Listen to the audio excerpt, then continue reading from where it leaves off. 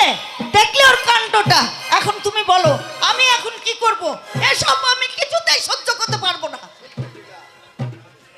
সত্যি নীলা, স্কাউন্ডেলটার সীমা একেবারে ছাড়িয়েই গেছে। আমি অবাক হয়ে যাচ্ছি যে এখন কি করা উচিত। আমি যা বলবো তুই কি তাই করতে পারবি? পারবো। বলো কি করতে হবে? ভালো করে ভেবে উত্তর দে। পারবি তো? পারবো। তাহলে মার্ডার করে দে। মার্ডার? না মানে মার্ডার? মানে করিস না, যা বলছি তাই কর। কোথাকার কার ছেলে, কিসের ছেলে, কেমন ছেলে কোনো দরকার নেই। তোর সুখের জন্য আমি আজ পর্যন্ত কখনো পিছপা হয়নি। এবার আমার কথা মতো তুই একটা মার্ডার করে দে। কিন্তু কিন্তু দাদা, ধরা পড়লে কিচ্ছু হবে না, টাকা দিয়ে আমি আইনকে বেআইন করে দেব। বেশিক্ষণ এখানে থাকা আমার পক্ষে একদম নিরাপদ নয়। তুই তোর কাজ কর, আমি আমার কাজ করছি।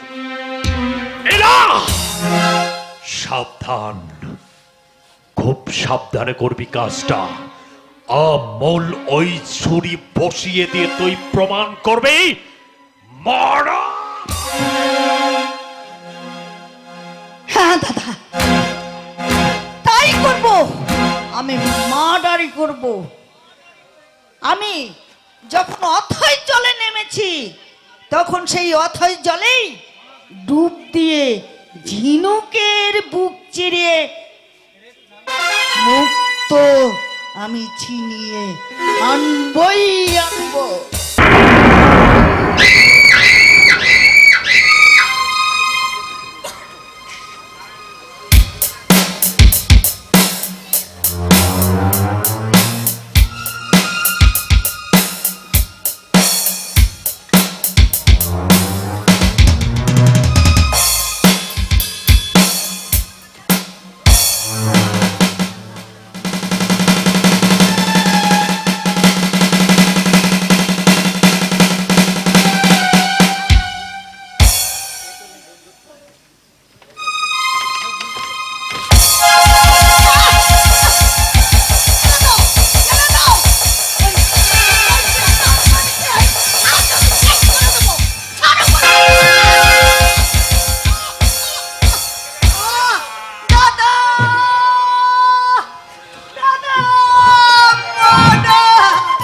Murder murder.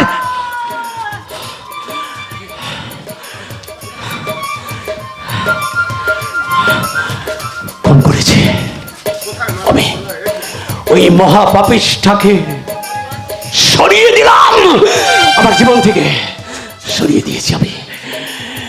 আমি মার্ডার করেছি দাদা, আমি মার্ডার করেছি, আমি করেছি খুনকে।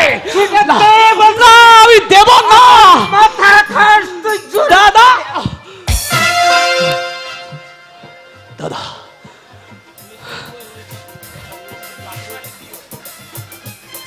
ওরে হতভাগা, আমার স্ত্রী নেই, আমার সন্তান নেই, আমার জেল হলে কিছু হবে না রে, কিন্তু তুই যদি এই দায় ঘাড়ে নিস। আমার বৌমা, আমার জ্যাঠামণিকে না না দাদা, সারাটা জীবন তোমার কাছ থেকে সত্যকে পূজা করা শিখেছি। খুন করেছি আমি, আর কেউ না। আমি খুন করেছি, আমি খুনি, আমি খুন করেছি দাদা। ও কথা একবার উচ্চারণ করবি না দাদা। ওরে তুই জেলে গেলে তোর বৌদি আত্মা যে স্বর্গ থেকে দাদা দেখে তো আমাকে অভিশাপ দেবে। না, খুন করেছি আমি খুন করেছি,